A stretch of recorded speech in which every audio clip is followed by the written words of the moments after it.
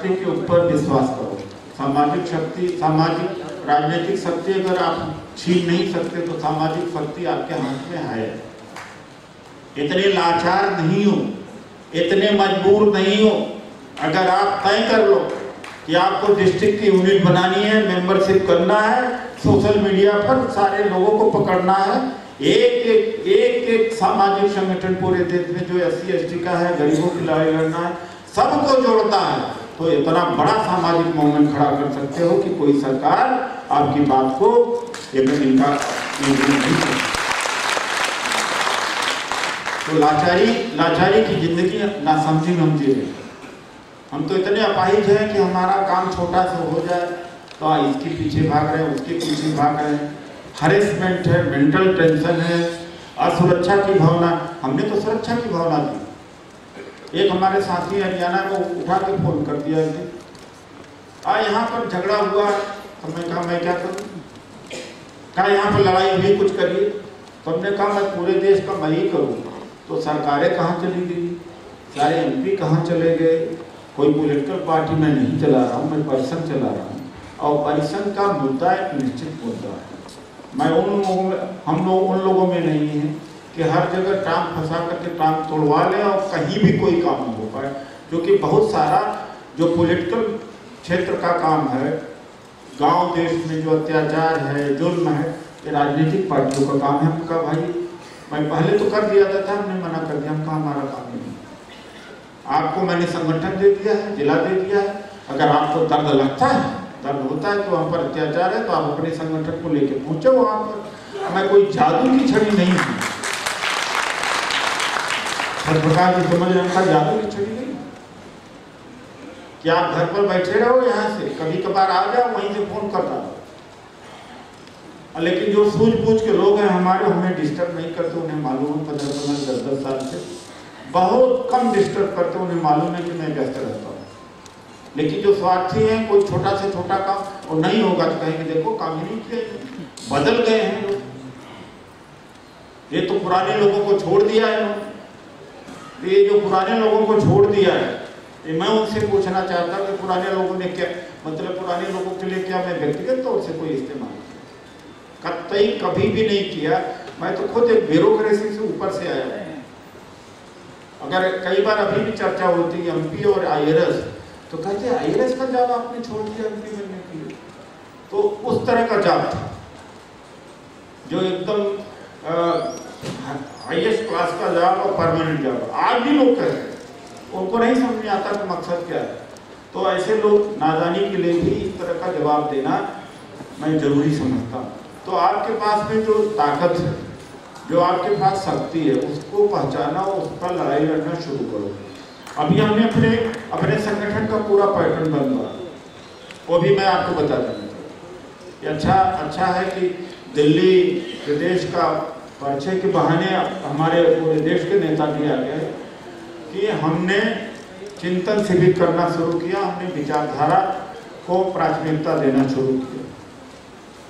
और जब विचारधारा को प्राथमिकता देंगे, संगठन को दे देंगे, तो अपने काम भी हो जाएंगे। अगर हमने काम, इसमें से कोई भी व्यक्ति इसमें से जो आपके ऊपर लागू हो वही मेरे ऊपर लागू करना है। पूरी जिंदगी एक भी, हर व्यक्ति को मैं चैलेंज करता हूँ, आज चैलेंज है, एक गांव की समस्या को पूरी जिंदगी में सबको संतुष्ट करके बता दो। एक गांव आप एडॉप्ट कर लो, एडमिशन एक का करा दिया तो दूसरे का नहीं हो पाया, गांव वाले तीसरा वाला आ जाएगा मेरे बच्चे का करा दिया। फिर पता लगा कि एक का झगड़ा हुआ तो आपने फैसला किया कि अच्छा तुमने तो उसका साथ दे दिया, मेरा साथ नहीं। पता लगा किसी की नाली किसी ने बंद कर दिया, पहुंच गए आप, तो भी कहेगा अच्छा तुम उसका साथ दे दो। पता लगा किसी की लड़की छेड़ दिया या किसी के FIR दर्ज नहीं हुआ, एक one village problem you can not solve in your life, whole life आप अपना पूरा दे दो तो संतुष्ट नहीं। तो हमसे क्यों एक्सपेक्ट करते कि हर चीज का दबाव नहीं। इसलिए हर मुद्दे को लेकर के, हर चीज को लेकर के चलेंगे तो कुछ भी नहीं हो सकता। हमारा स्पष्ट है, हम अम्बेडकरवादी हैं, अम्बेडकरी विचारधारा को फैलाने का काम करते हैं, नंबर 1। नंबर 2, जब विचारधारा जब विचारधारा में कोई आदमी सराबोर हो जाता, आपकी विचारधारा वाला हो जाता, तो संगठन में जुड़ जाता। जब संगठन में जुड़ जाता है तो आप अपने अधिकारों की लड़ाई लड़ सकते हैं। हालांकि हमने संगठन को उल्टा ढंग से बनाना शुरू किया।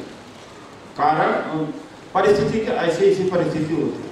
मेरे साथ में एकाएक कोई ऐसा संकट या पूरे देश के कर्मचारियों अधिकारियों के सामने एक संकट खड़ा हो, वो 5 आरक्षण विरोधी आ गए थे और उनको वापस कराने के लिए पूरे देश की भीड़ इकट्ठा करने लगा परिषद, हमारे नेतृत्व में। तो पहले होता है कि संगठन बनाया जाता है, लड़ाई बाद में होती है। यहाँ लड़ाई पहले हुई, संगठन बाद में बना।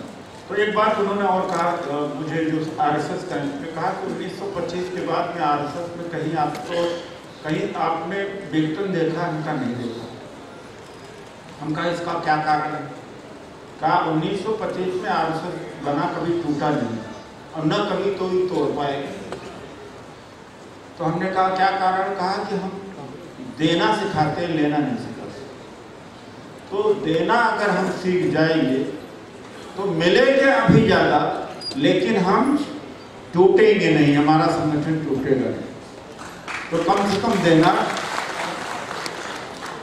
जो वहां से बैठ करके समझ करते हैं, ये करते हैं, वो करते हैं, वो करते हैं, और उनसे हिसाब किताब लिया जाए, क्या किया होगा? शक्ति का निर्माण करो, जितना काम करना करो। तो और एक बात मैं बता दूं, उदाहरण बार बार याद आता है बाबा भगवान गौतम बुद्ध का, और मैंने अपनी जिंदगी में पढ़ा तो नहीं था, लेकिन कार्रवाई करा। अब मुझे पता लगा कि भगवान गौतम बुद्ध ने भी इस बात को कहा उस समय पहले। कोई आदमी बड़ा मरीज गया, गरीब गया, कहा कि भगवान हमें कोई ऐसा आशीर्वाद दो, मेरे पास धन पैसा आ जाए, हम खुश हो जाए। तो उन्होंने कहा मेरे पास कोई ऐसा इलाज नहीं, आपको किसी को कुछ दे नहीं सकते। तो चौका कहा, अरे आपके बारे में तो बड़ा सुना गया कि आप तो बहुत कुछ कर देते हैं, चमत्कार कर देते हैं। कहा नहीं, आपके बगैर सहयोग के मैं चमत्कार नहीं कर सकता। तो उसने कहा फिर क्या किया? तो भगवान गौतम बुद्ध ने कहा कि अगर तुम्हारी गरीबी है तो तुम्हारे कारण। तो वो कहा कैसे? कहा तुम कुछ देना नहीं, देना जानते नहीं, इसलिए तुम गरीब। तो कहा मेरे पास है कि क्या मैं दूंगा? कहा ऐसा नहीं कि नहीं, अगर कोई बीमार आदमी कभी दिखे, तकलीफ वाला आदमी देखो, तो जाके उसकी मदद करना, और बिना किसी लालच के। दूसरी बात, अगर किसी से बोलना तो प्यार से बोलना, मुस्कान का दान देना, प्यार देना, और किसी के लिए कुछ अच्छा सोच सकना, कर सकना, तो उसके लिए खड़ा हो जाना। जिस दिन ये करोगे उस दिन तुम्हारी गरीबी दूर हो जाएगी, लोग तुमसे दूर नहीं।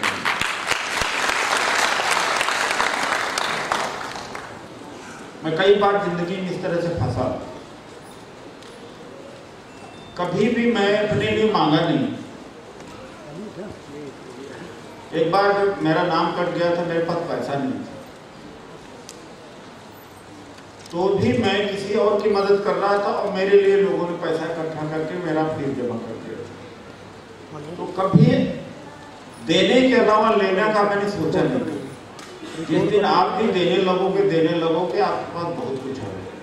हाँ, बोल रहा है। सामाजिक क्षेत्र में ये लागू होता है, आर्थिक क्षेत्र में लागू नहीं होता उसमें। सामाजिक क्षेत्र में हो गया सर, आपके पास 10 दोस्त हो जाएंगे, 15 हो जाएंगे। आपको अगर आपकी समस्या होगी तो 4 में से 10 में से कोई मिलेगा, चलो भाई मैं एमपी के जानता, चलो घसीट के ले जाए। नहीं, 10 आपके साथ चले, या कोई राय बता दे, या कोई झगड़ा होगा, खड़ा हो जाएंगे। तो देने का एक फायदा होता है कि आपके साथ में लोग जुड़ते जाते हैं, संगठन जुड़ते जाते रहते हैं। और आपकी तमाम समस्याओं का समाधान हो भी जाता बिना मांगे। आप करके देख लेना। लेकिन कुछ लोग सोचते हैं 10 रुपया खर्च करेंगे, वहां तो खर्च करना पड़ेगा, छोड़ो। अरे कौन समय बर्बाद करे, उसी से पूछा जाए कि टेलीविजन देखते हो, ताश खेलते हो, कब करते हो? अरे वही समय तुम लगा दो किसी अच्छे काम के लिए, संगठन के लिए लगा दो, तो तुम्हारी एक तरह से पूंजी तैयार हो जाएगी। लेकिन तुम निकम्मे किसी के लिए रैली में नहीं आओगे, मीटिंग में नहीं आओगे, कहोगे काम का हर्जा हो जाएगा। अरे कौन सा ऐसा काम कर रहे हो? यहाँ पर आदमी जल्दी में कहाँ रहता है? ट्रेन में चढ़ने में जल्दी में रहता है, उतरने में जल्दी होता है, जहाज पर चढ़ने में जल्दी होता, उतरने में होता है जल्दी, लाइन में जल्दी होता। यहाँ के लोगों में अगर दुनिया के दूसरे समाज का तुलना कर दिया जाए तो जब इनकी जो काम करने की क्षमता है 1/4 नहीं। तो जो लोग कहते हैं कि हमारे पास समय नहीं, हम बड़े व्यस्त हैं, लेकिन व्यस्तता किस बात में? क्या इस बात में व्यस्तता नहीं कि गप कर टेलीफोन पर चर्चा हो रही, बातचीत हो रही, क्रिकेट देख रहे हैं, सीरियल देख रहे हैं, पंचायत में लगाए हुए, इसी में तो व्यस्तता है ज्यादातर। या घर के कभी झंझट में फंस जाते हैं, यही व्यस्तता है। और क्या व्यस्तता? कार्यालय की व्यस्तता एक माना जाता है, उसके बाद तो समय है ही।